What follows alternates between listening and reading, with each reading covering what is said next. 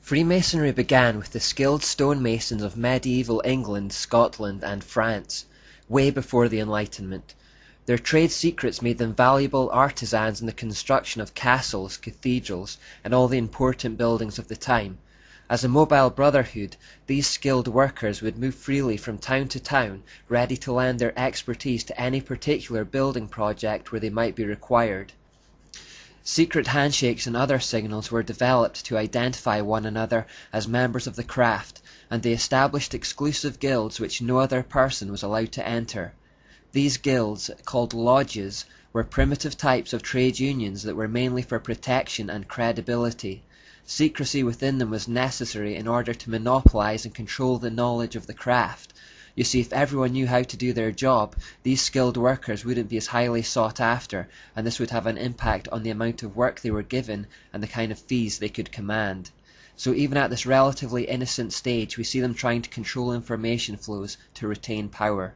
Scottish Masons in particular were known to have developed passwords and secret handshakes by the 17th century, and this kind of thing soon spread throughout all the lodges.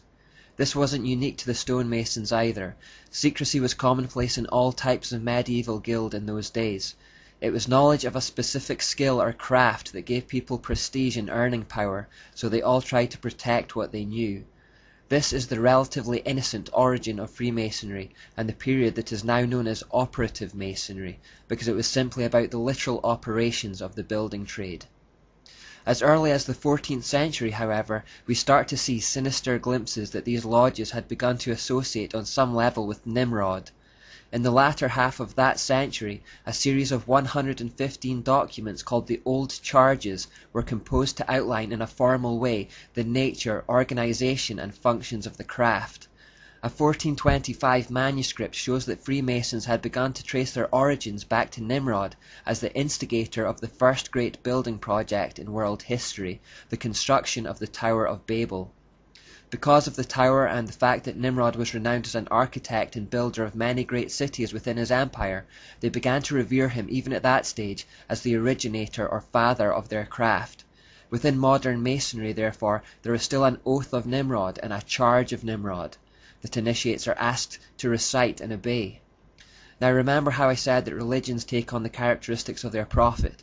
Well, that's a rough idea of what happened here.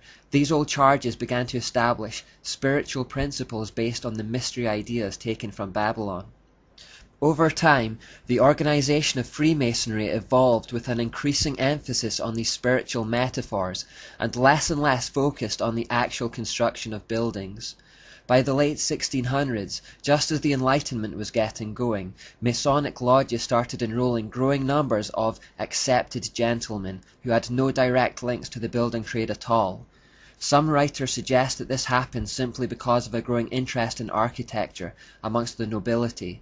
The truth is that there was a growing conviction amongst the populace that these Masonic lodges, with all their secrets and symbolism, were starting to harbour truths handed down from ancient civilizations, and by joining them they may be able to get ahead in the world. By the early 1700s, all of the original emphases on the principles of stonemasonry had been turned into allegories with occult spiritual meaning. To take a random example, unhewn stone was said to symbolize man in his infant or primitive state, rough and unpolished.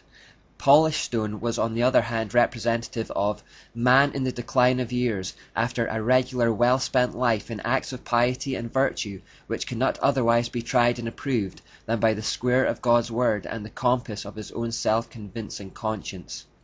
As illustrated here, tools of the trade such as the square and compass were used to describe spiritual and philosophical ideas. When people turned away from God and the Enlightenment, the spiritual vacuum was filled by Freemasonry. Politicians, scientists, even clergymen, the most influential and powerful enlightened movers and shakers of the day, were the new initiates.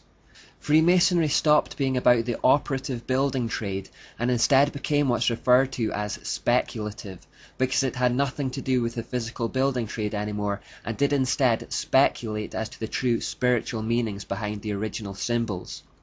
The interest in Nimrod and Babylon had taken over their whole organization.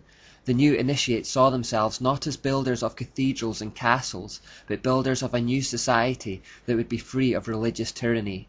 It would be based on the so-called enlightened truths handed down from ancient times. The first Grand Lodge of Freemasonry was established in 1717, and this is generally held to be the official beginning of speculative Masonry. Freemasonry at this point effectively became the Church of Deism. It was also from this point that Freemasonry effectively became the truest form of the ancient mysteries in the world, having gathered ancient wisdom from all the mystery religions throughout history. Freemasonry then leads us on to the infamous Illuminati.